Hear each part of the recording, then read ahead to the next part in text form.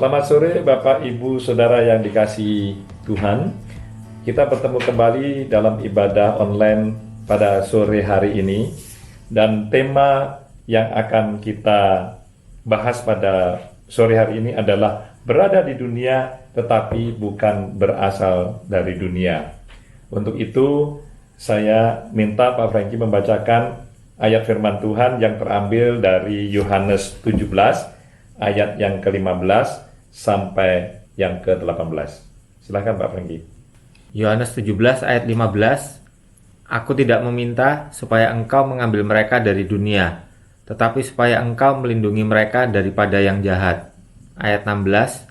Mereka bukan dari dunia, sama seperti aku bukan dari dunia. Ayat 17. Kuduskanlah mereka dari kebenaran, firman-Mu adalah kebenaran. Ayat yang ke-18. Sama seperti engkau telah mengutus aku ke dalam dunia, demikian pula aku telah mengutus mereka ke dalam dunia. Terima kasih. Ayat ini berbicara mengenai doa Tuhan Yesus kepada Bapa di surga untuk kita semua orang-orang yang menjadi murid-muridnya. Nah, kapan kita itu berada di dunia tetapi bukan berasal dari dunia?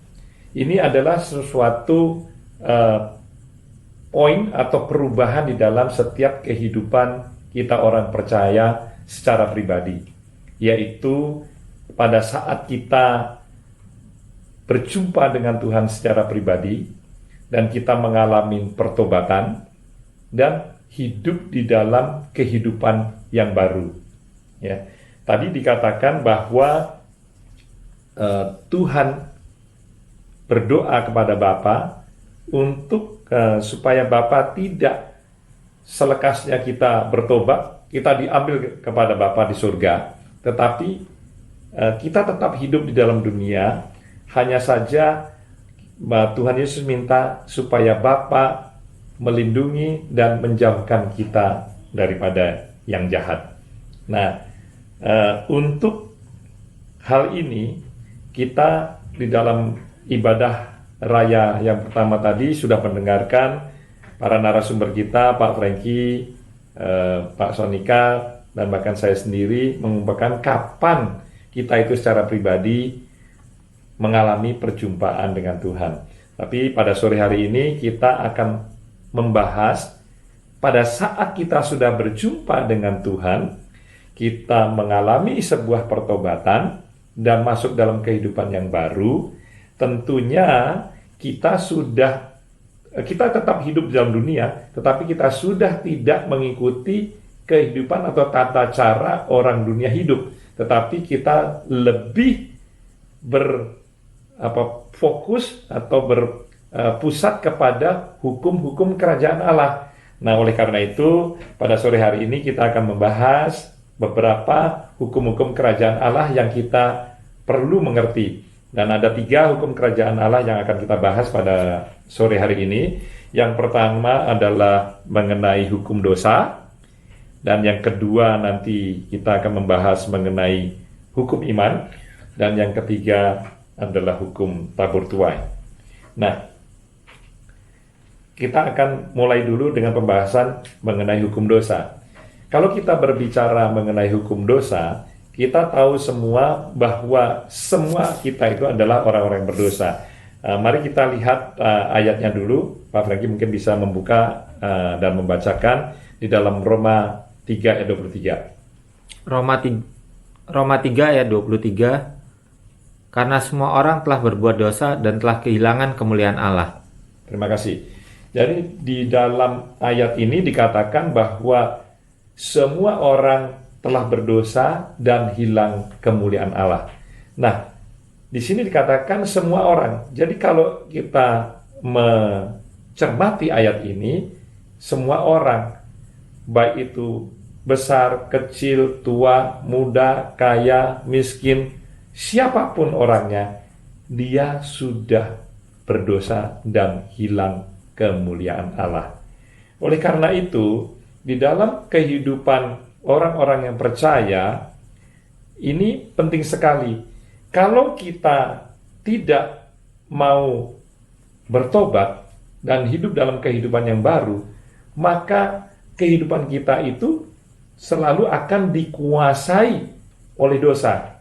Tetapi sejak kita bertemu Tuhan dalam perjumpaan kita dengan Tuhan secara pribadi, dan kita mengadakan pertobatan, hidup dalam kehidupan yang baru, pada saat itu kita sudah tidak dikuasai oleh dosa, walaupun kita masih dibayang-bayangi oleh kuasa dosa. Karena tadi firman-Nya di dalam Yohanes 17 mengatakan bahwa pada saat kita sudah mengenal Tuhan Yesus sebagai Juru Selamat, kita mengerti kebenaran. Dan kebenaran itu akan memerdekakan kita. Tetapi bukan berarti pada saat itu kita langsung ditarik dan diangkat ke surga. Tetapi kita tetap menjalani kehidupan kita di dalam dunia ini, tapi hidup dalam peperangan rohani. Sampai pada satu akhirnya, akhir hayat kita nanti kita kembali kepada Bapa di surga. Oleh karena itu dalam kurun waktu setelah kita mengalami perjumpaan dengan Tuhan, bertobat dan mengalami hidup yang baru itu, maka disitulah dikatakan kita berada di dunia tetapi bukan berasal dari dunia lagi. Artinya itu adalah titik balik di mana kita sebagai orang yang berdosa, di mana kita sebagai orang yang hidup di dunia, tetapi sekarang kita terhisap dengan hukum-hukum kerajaan Allah. Kita sudah diangkat sebagai anak-anak Allah. Maka dikatakan kita bukan berasal dari dunia lagi, ya kan? Tetapi bukan berarti bahwa terus langsung kita naik ke surga, bukan, ya. Nah, ini kira-kira yang mendasari hukum dosa. Nah, ada satu hal, manakala di dalam perjalanan kehidupan rohani kita itu tadi saya katakan bahwa kita tidak dikuasai lagi oleh dosa, tetapi kita masih dibayang-bayangi oleh kuasa dosa. Nah, kalau kita tidak berjaga-jaga setiap hari dan kita jatuh di dalam dosa, maka akibatnya fatal. Itu kita bisa lihat di dalam Roma 6 ayat 23. Pak Franky mungkin bisa bacakan. Roma 6 ayat 23, sebab upah dosa ialah maut, tetapi karunia Allah ialah hidup yang kekal dalam Kristus Yesus Tuhan kita. Nah, inilah yang penting kita sadari. Dikatakan di dalam Roma 6 ayat 23, upah dosa itu adalah maut. Ya. Tetapi karena kasih karunia Tuhan, maka kita bisa melewati hal ini. Nah, oleh karena itu, yang penting bagi kita, selekasnya kita mengalami perjumpaan dengan Tuhan, selekasnya kita bertobat, dan selekasnya kita dalam kehidupan yang baru, kita harus menyadari akan hal ini. Karena di dalam kehidupan kita selanjutnya, ini merupakan peperangan rohani. Tadi saya katakan bahwa kita sudah tidak dikuasai oleh dosa, tetapi kita masih dibayang-bayangi oleh kuasa dosa. Nah, kalau kita tidak berjaga-jaga, kita tidak menang di dalam kehidupan kita hari ke hari dan kita berbuat dosa, maka akibatnya adalah kita pun akan menerima maut itu. Tetapi kasih karunia Tuhan itu begitu besar dalam kehidupan kita. Bahkan pada saat kita sudah bertobat, kita mengalami hidup yang baru, itu kita mempunyai selengkap senjata Allah untuk melawan dosa ini. Oleh karena itu, maka kita harus berjaga-jaga terus di dalam setiap kehidupan rohani kita ini, sehingga kita dijauhkan daripada hal-hal yang dosa, ataupun kalau misalnya dosa menghampiri kita, kita dapat melawannya. Kira-kira seperti itu. Apakah kehidupan orang percaya sudah tidak dapat berbuat dosa lagi, Pak? Pasti bisa. Itu masih bisa. Karena kalau kita ingat di dalam Roma 7 ayat 21, Rasul Paulus sendiri menyatakan bahwa setiap kali dia ingin berbuat baik, yang jahat pun sudah muncul. Artinya apa? Bayang-bayang tadi, yang kuasa dosa tadi itu masih membayangi setiap kehidupan orang percaya. Dia sudah percaya, dia sudah mengalami perjumpaan dengan Tuhan, dia sudah bertobat, dia sudah masuk dalam kehidupan yang baru. Tetapi setiap kali dia mau melakukan hal yang baik, yang dosa kadang-kadang muncul. Tetapi bedanya, pada saat dia sudah berjumpa dengan Tuhan dan mengalami pertobatan dan hidup yang baru, dia bisa memerangi dosa tersebut dan menang. Nah, itu yang penting, ya. Nah, hal ini yang perlu kita sadarin bersama-sama, bahwa di dalam kehidupan orang percaya tadi dikatakan ada satu titik balik, dan ini semuanya pribadi, di mana kita masih berada dalam dunia, tetapi bukan berasal dari dunia lagi. Tetapi hukum-hukum kerajaan Allah itu perlu kita pelajari dan perlu kita mengerti.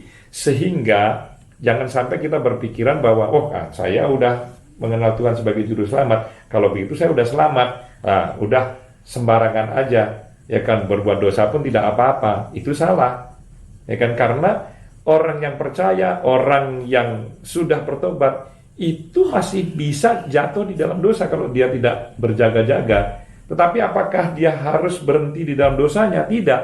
Maka ada pertobatan demi pertobatan demi pertobatan. Karena seperti tadi saya katakan, bahwa di dalam perjalanan hidup kita itu adalah sebuah peperangan rohani. Kira-kira seperti itu. Mungkin ada yang mau menambahkan mengenai hukum dosa ini?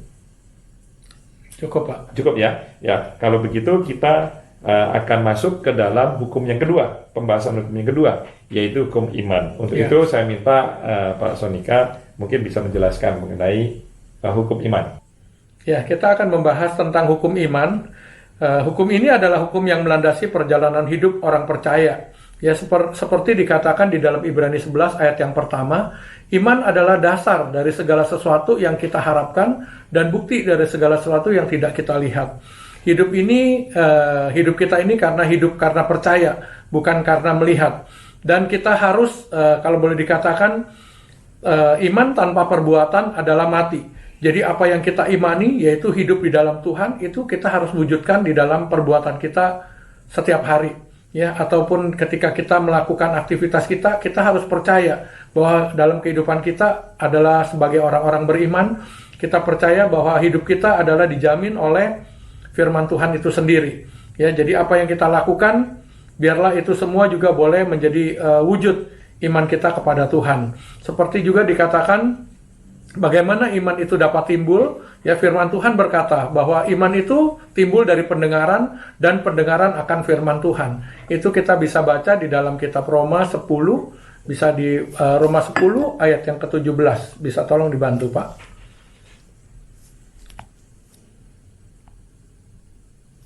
Roma 10 ayat 17. Ayat 17 ya. Pak Franky mungkin bisa membacakannya. Roma 10 ayat 17.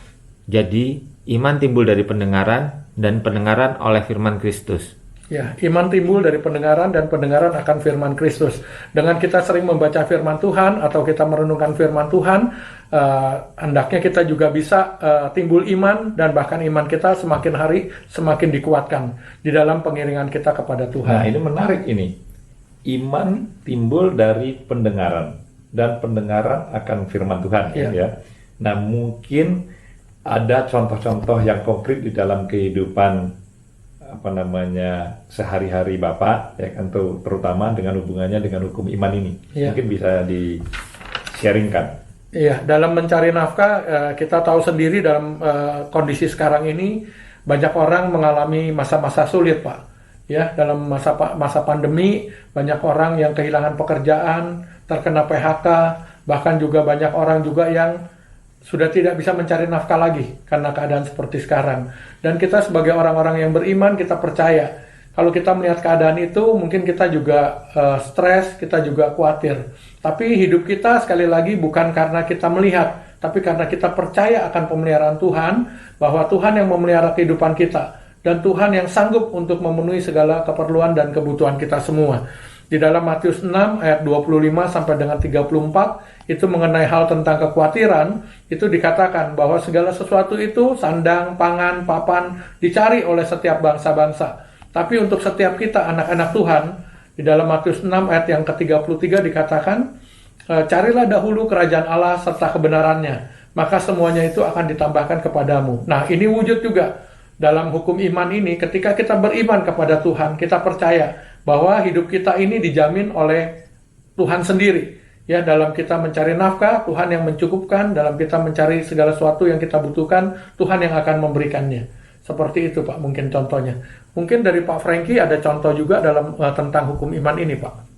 Ya, kalau iman, kalau lanjutkan dari cerita saya yang tadi pagi mengenai kesaksian saya, jadi pada saat saya mau berserah pada Tuhan setelah cukup lama mencari pekerjaan dan tidak dapat, kemudian saya berserah dan mau dibaptis. Setelah itu ada teman saya yang datang dari luar negeri pulang ke Indonesia dan juga ikut mendoakan saya. Nggak lama setelah itu saya baru menerima panggilan untuk interview kerja, nggak cuma satu, malah dari 3 tempat, Pak. Jadi saya merasakan betapa berkat Tuhan itu nyata setelah saya berserah pada Tuhan. Dan dari yang nggak dapat kerjaan, malah saya akhirnya bisa memilih pekerjaan mana yang boleh saya ambil, yang mau saya ambil untuk memulai bekerja. Dan nggak cuman itu saja, kalau saya lihat dari flashback kehidupan saya dari awal setelah saya dibaptis sampai hingga sekarang, saya juga merasakan banyak penyertaan Tuhan yang saya alami, baik itu yang pada awalnya saya nggak ngerti kenapa seperti ini, kenapa seperti itu, tapi ternyata tangan Tuhan itu selalu menyertai sepanjang jalan hidup saya. Jadi kalau kita bisa tarik benang merahnya, iman dari Pak Frankie ini timbul pada saat setelah Pak Frankie tadi pagi menceritakan bahwa Bapak mengalami perjumpaan dengan Tuhan, bertobat, hidup baru. Di situ iman itu mulai timbul ya Pak ya. Mungkin dari pergi ke gereja, mendengarkan firman Tuhan, membaca firman Tuhan secara pribadi. Kira-kira gitu. Ya. Oh ya. Oke, bagus. Nah, kalau saya sendiri, saya ingin juga membagikan, terutama yang hubungannya dengan hukum iman tadi itu. Ya. Kalau yang akan saya bagikan adalah mengenai pendidikan, ya. Jadi memang di dalam kesaksian pagi tadi saya sudah katakan bahwa perjumpaan pribadi saya dengan Tuhan itu kira-kira umur 13 tahun, pada saat saya masih remaja, pada saat saya masih duduk di bangku SMP. Ya. Pada saat itu sebenarnya sudah timbul di dalam hati saya bahwa saya ingin mencapai satu pendidikan yang boleh dikatakan pendidikan tinggi yang memang saya ingini. Ini kita berbicara tahun 70-an loh Pak, di mana orang-orang ke luar negeri itu masih sedikit, ya kan. Kalau dilihat dari kasat mata, saya ini bukanlah orangnya. Kenapa saya katakan demikian? Ya, saya bukan orang yang istilahnya itu top ranking di dalam sekolahan, dalam nilai ya. Yang kedua juga kalau ditinjau dari kemampuan finansial, orang tua saya tidak dalam posisi finansial yang kecukupan untuk menyekolahkan saya ke tempat yang jauh. Ya kan? Tetapi itu timbul dan saya imani saja. Tetapi seperti janji Tuhan kepada Abraham, ya kan, mengenai Abraham yang akan mempunyai keturunan seperti pasir pantai di laut, itu tidak pernah muncul-muncul, ya kan. Nah, sehingga pada saat saya sudah selesai SMA, maka saya harus mencari lanjutan sekolah, ya kan, karena keinginan saya adalah belajar untuk menjadi seorang sarjana. Nah, itu pun saya masih tidak bisa melihat kapan saya ini akan bisa mendapatkan pendidikan yang seperti yang saya inginkan seperti itu. Tetapi itu saya imani saja. Saya pergi ke Jogja untuk kuliah, bahkan universitas yang saya masuk itu bukan universitas yang top seperti layaknya UGM atau yang mana. Bahkan kalau Bapak sempat mengecek, universitas saya itu pada saat itu statusnya kedinasan. Itu lucu sekali. Karena biasanya yang ada itu status itu ya, yang bagus-bagus itu kan disamakan. Kalau zaman dulu ya, diakui. Makanya saya juga bingung, kok ada sekolah statusnya adalah kedinasan gitu. Tapi ya saya masuk saja, saya mengalir saja bersama Tuhan, dan di sana pun saya masuk di dalam satu pelayanan di dalam satu gereja lokal di sana. Nah, tanpa saya sadari, saya tetap berjuang di dalam kuliah saya. Di tahun kedua, pada saat ada pemilihan beasiswa, itu saya mulai tertarik karena saya mulai ada harapan lagi. Oh, ini apa? Mungkin jalannya Tuhan gitu kan.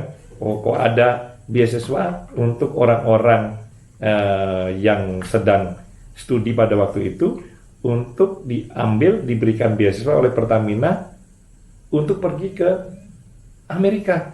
Nah, ini iman saya timbul lagi nih. Waduh, ini jangan-jangan ini gitu kan.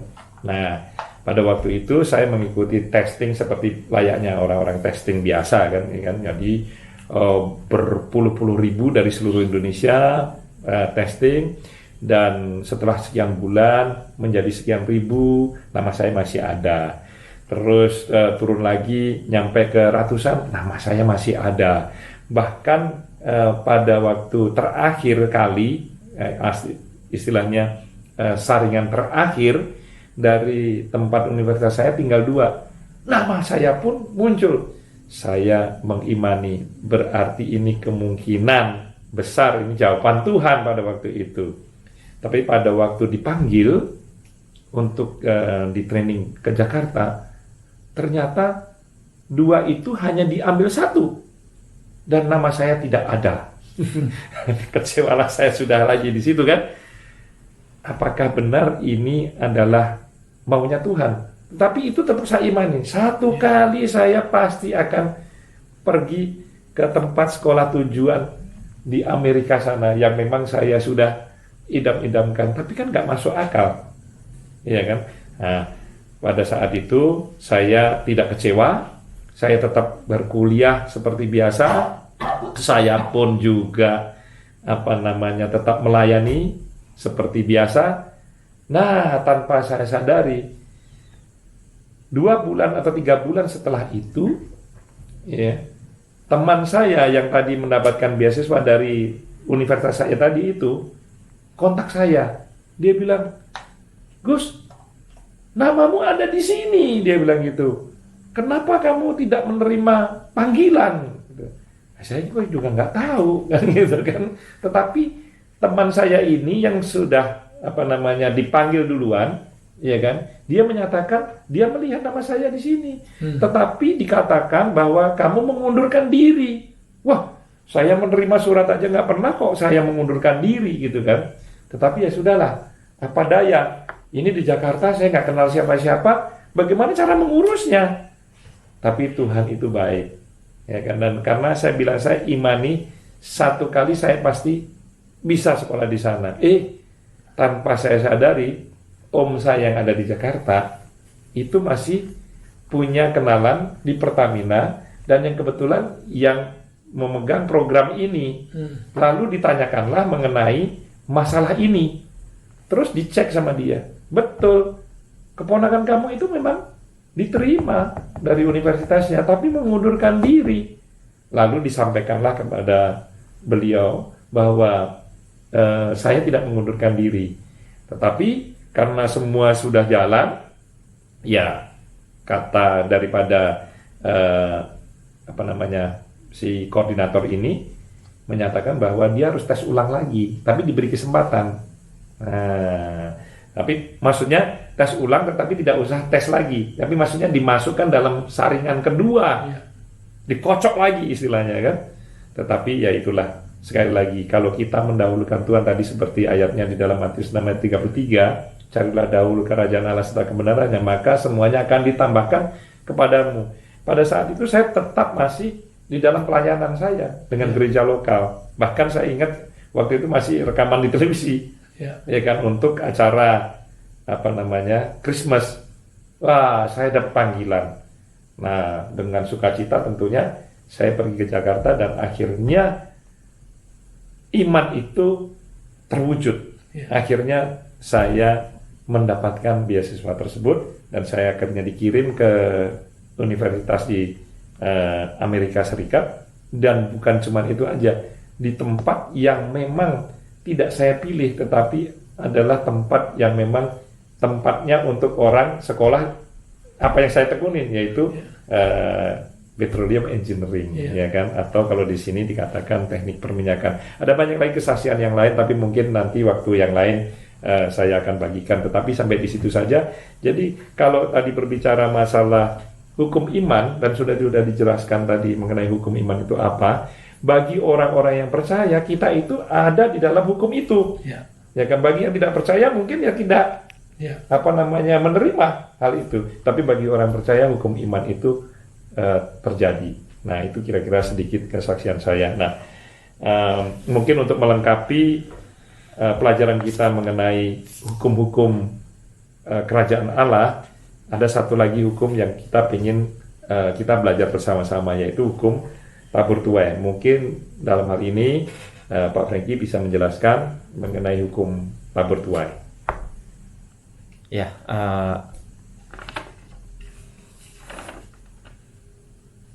untuk hukum tabur tuai ini pada dasarnya adalah hukum sebab akibat. Segala sesuatu yang kita lakukan hari ini pasti akan kita tuai di kemudian hari. Orang yang menabur sedikit, dia akan menuai sedikit, dan siapa yang menabur banyak akan menuai banyak juga. Ini tercantum dalam firman Tuhan pada 2 Korintus 9 ayat 6, yaitu, camkan ini, orang yang menabur sedikit akan menuai sedikit juga, dan orang yang menabur banyak akan menuai banyak juga. Sebab itu mari kita sama-sama menabur hal-hal yang baik, agar kita juga akan menuai hal-hal yang baik juga dalam kehidupan kita. Di Galatia 6 ayat 8 juga ditulis, sebab barang siapa menabur dalam dagingnya, ia akan menuai kebinasaan dari dagingnya. Tetapi barang siapa menabur dalam roh, ia akan menuai hidup yang kekal dalam roh itu. Di Galatia ini diingatkan, janganlah kita yang sudah bertobat, kita menerima Tuhan sebagai juru selamat, kita tetap hidup dalam kedagingan kita, tapi biarlah kita juga melakukan hal-hal yang sesuai dalam roh, menabur dalam roh. Jadi itu hukum tabur tuai tadi ya. Nah, mungkin ada baiknya kita berikan contoh-contoh supaya lebih mudah untuk kita mengerti mengenai hukum tabur tuai ini.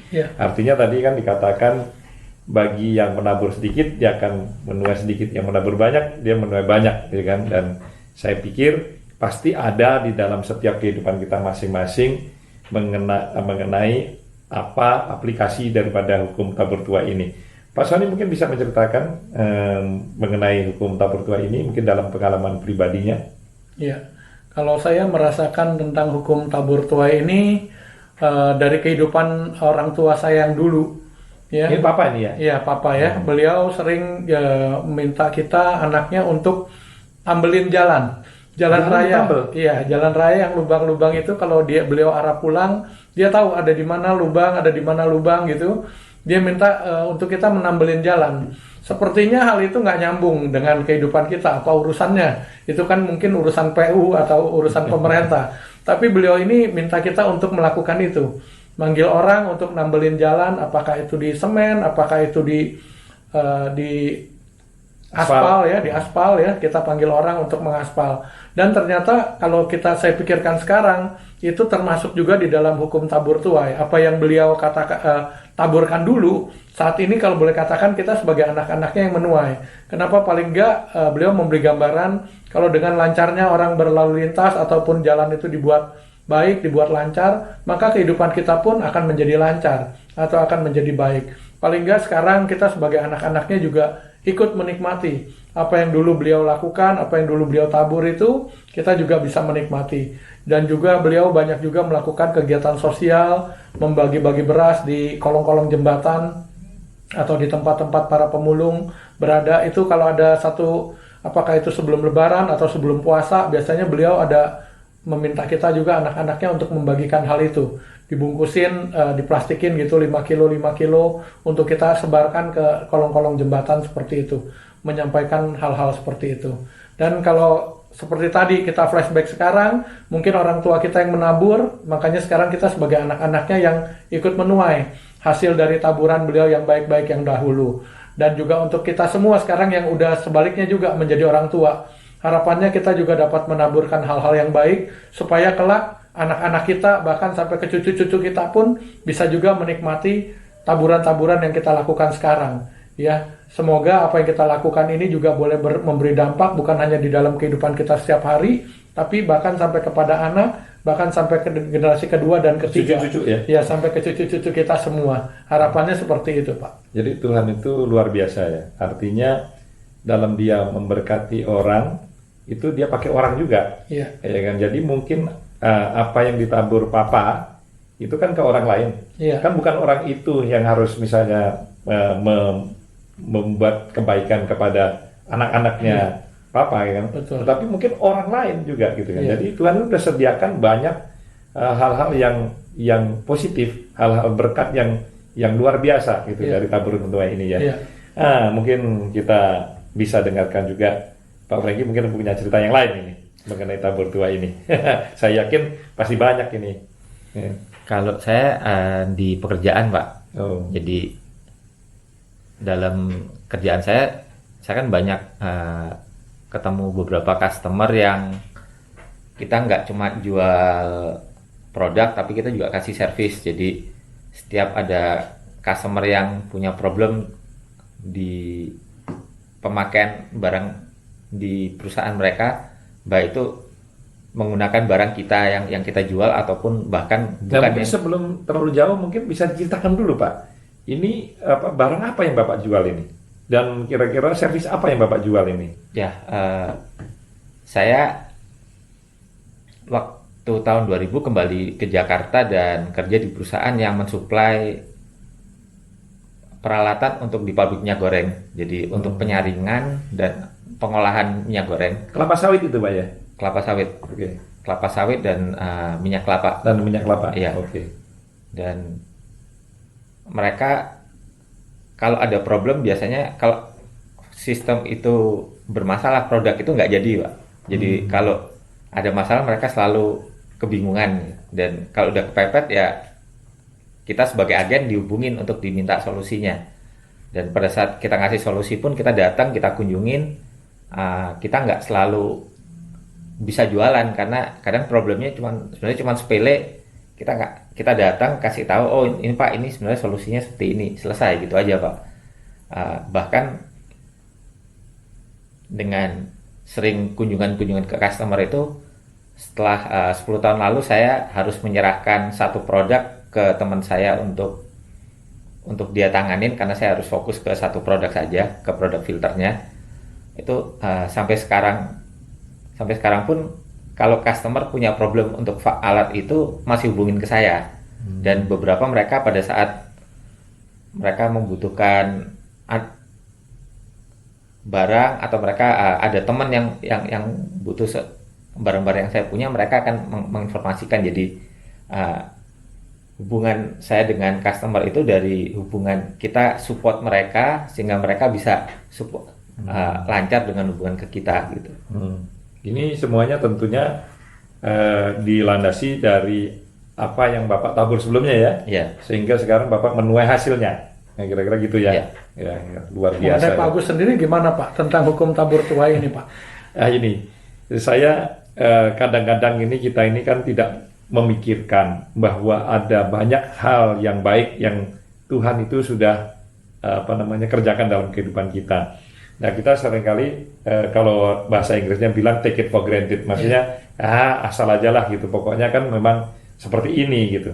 Tapi saya yakin dan percaya seperti tadi dikatakan sama Mbak Frankie tadi, bahwa segala sesuatu yang kita petik hasil hari ini, hal-hal yang baik itu, pasti dulunya kita pernah menabur, ya kan? Nah, kalau saya cuma teringat satu saja, pada saat oleh kemurahan Tuhan, anak saya yang perempuan, ini umur 14 tahun Bapak, yang 14 tahun, dia harus berpisah dengan kita, ya kan? Dia memilih untuk sekolah di luar negeri. Nah, saat itu saya juga tidak tahu, ya kan, dan tidak bisa membayangkan begitu ya pada saat itu, karena ini pilihannya dia sendiri. Memang dia ingin keluar dan di usia yang masih muda, lulus SMP, ya kan. Nah, ya kita sebagai orang tua, karena itu sudah menjadi keinginan dan kita mampu, ya kita oleh kemurahan Tuhan kita kirim dia.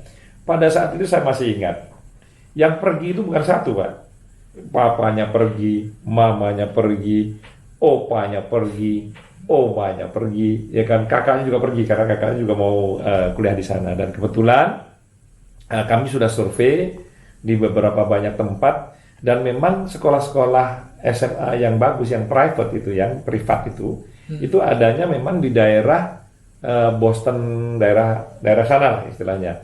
Boleh dikatakan presiden-presiden Amerika yang terdahulu itu sekolahnya SMA-nya di sana gitu kan. Saya memikirkan, wah ini apakah bisa ini kan gitu kan.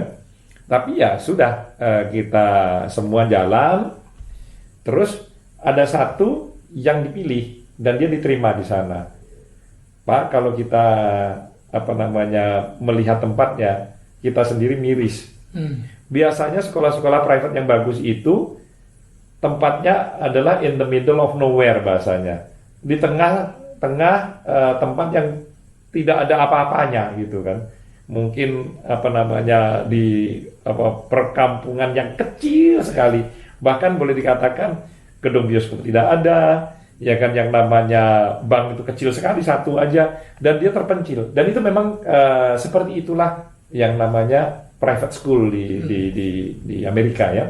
Nah, pada saat itu sudah registrasi, saya bayar semuanya dan uangnya bukan sedikit Pak.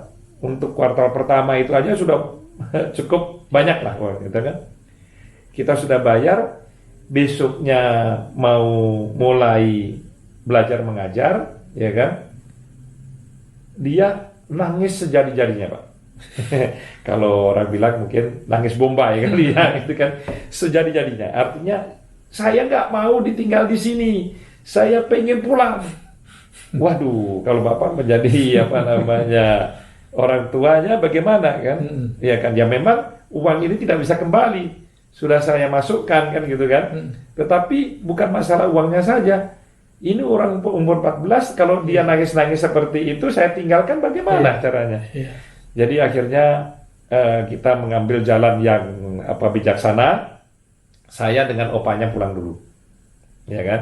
Tapi omanya dengan mamanya tinggal, ya kan, seminggu paling tidak, ya kan, untuk menemani dia ini yang lagi galau ini tadi kan. Nah, tetapi kan mamanya juga bilang, saya bisa apa? Orang dia istilahnya di karantina di situ, saya suruh ngekos di luar. Lalu terus ngapain saya kan gitu kan? Tapi saya bilang, udahlah tunggu saja. Sampai akhirnya kanselornya bilang, tinggal saja. Wah, tinggal saja nggak apa-apa, ini biasa yang nangis-nangis begini. Ini nanti juga hilang sendiri katanya begitu kan. Akhirnya ditinggal setelah seminggu. Nah, alhasil pada saat sudah belajar mengajar, itu seringkali kita kaget-kagetan Mbak, sebagai orang tua.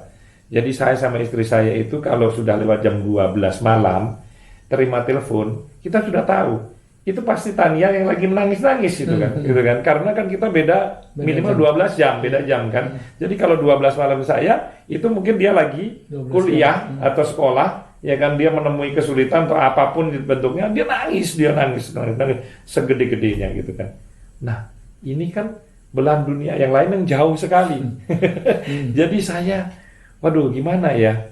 Ya, saya cuma bisa berpikir, Tuhan tolong, kalau bisa, ini bagaimana nyelesainnya itu. Maksudnya kalau kita ke sana juga nggak bisa juga menemaninya. Akhirnya pada saat kita lagi mengunjungi dia, lagi jalan, kita melihat, ada rumah makan Chinese. Waduh, tepat nih. Mungkin ini di sini ini paling tidak makanannya dia bisa cocok, ya kan gitu kan. Waktu kita masuk lagi, kaget lagi Pak. Ternyata di tempat yang terpencil di hutan kayak begitu, ada Chinese food, yang jaga itu orang Indonesia Pak. Waduh, dengan sukacita kita berkenalan, akhirnya kita titipkan dia sama orang ini, ya kan. Nah, saya yakin dan percaya bahwa semuanya ini tidak kebetulan. Segala sesuatu yang saya tabur, mungkin saya juga menolong banyak orang, ya kan, itu juga timbul pertolongan yang baru. Tuhan pakai orang ini yang mestinya kalau kita pikir itu nggak mungkin, ya kan, tetapi ada orang Indonesia di tempat yang terpencil itu, dan akhirnya dia bisa istilahnya mengayomi sementara lah selama Tani ada di sana. Jadi kalau dia sakit, kalau dia apa gitu, kalau dia telepon, kita telepon sana, makanan sudah datang. Nanti dia mungkin ditenangkan segala macam, ya seperti kayak kakak asuhnya. Jadi akhirnya, jadi kita menjadi tenang. Ya itu kira-kira pengalaman saya dalam kehidupan mengiring kepada Tuhan kalau hubungannya dengan hukum tabur tuai ini tadi. Saya pikir seperti itu ya. Jadi mungkin kita sudah belajar ketiga hukum itu, dan kalau bisa saya rangkum tadi, bahwa sebetulnya berada di dunia tetapi bukan berasal dari dunia itu adalah sebuah titik balik bagi seorang percaya. Artinya sebelumnya kita semua ini hidup di dunia dan memang berasal dari dunia. Tapi kapan kita itu dikatakan berada di dunia tetapi bukan berasal dari dunia?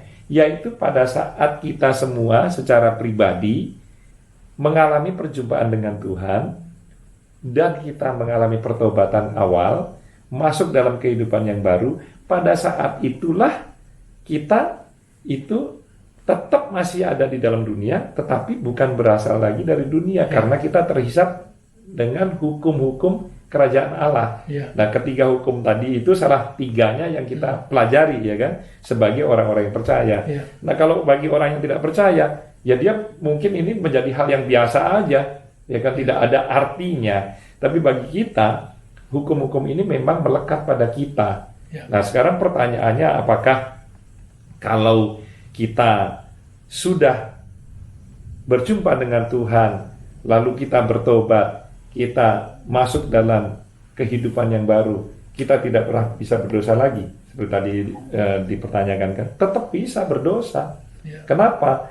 Walaupun kita tidak dikuasai oleh dosa, tetapi kita ini masih dibayang-bayangi oleh kuasa dosa yang satu kali bisa menghinggap dalam kehidupan kita. Tetapi bedanya, kita semua orang-orang yang sudah percaya kepada Tuhan sebagai juru selamat kita pribadi, itu kita dilengkapi dengan selengkap senjata Allah.